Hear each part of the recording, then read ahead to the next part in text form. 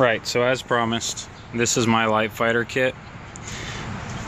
You got three basic categories: armor, carriers, and tools. Alright, my armor, I chose to go with a custom rig from Dead Coyote Tactical Nylon. It's a very low pro, very concealable.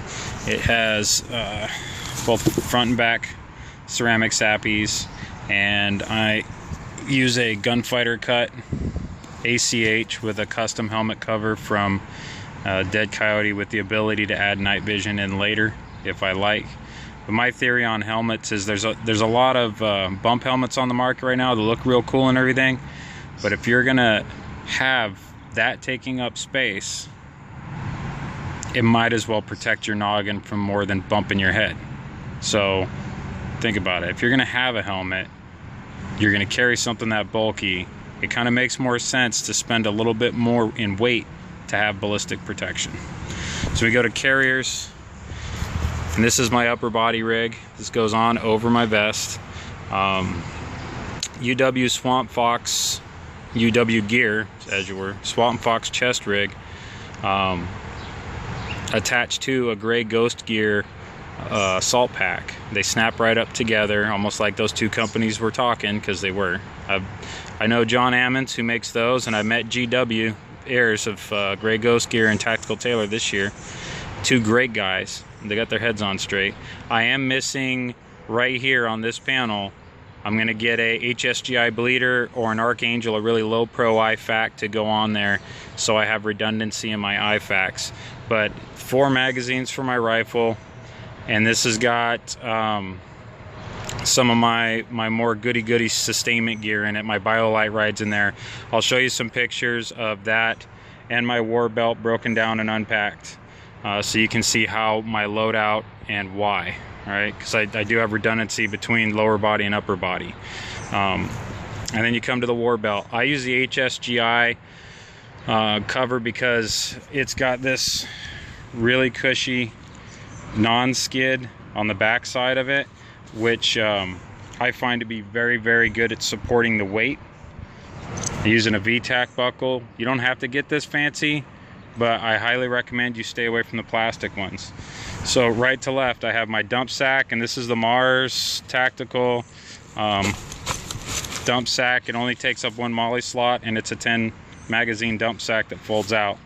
So it's out of the way when I don't need a dump sack, and I modified it with an aluminum spring cable to hold the opening open. So it's a no look for me to drop my mags in it. Using just passive retention Kydex, because it's a war belt. It's pretty positive, but this is from Armadillo Concealment. And then I got my Mars Tactical Modular IFAK. It's pretty cool. Just one pull of that quick latch, and the IFAK is a self-contained deal. It's got this 550 cord lanyard, and then all I got to do is put that around my neck, grab the red handle, yank it open. It clamshells with Velcro, and I can actually fit more in there than I need, but I have what I need in there, and I'll show you when I take pictures. Sustainment bag. This one here is obviously from Drop Zone and Pencock Green Zone. I'm gonna have Dead Coyote.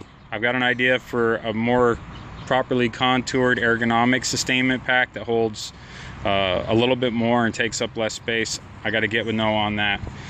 And then we go to ammo.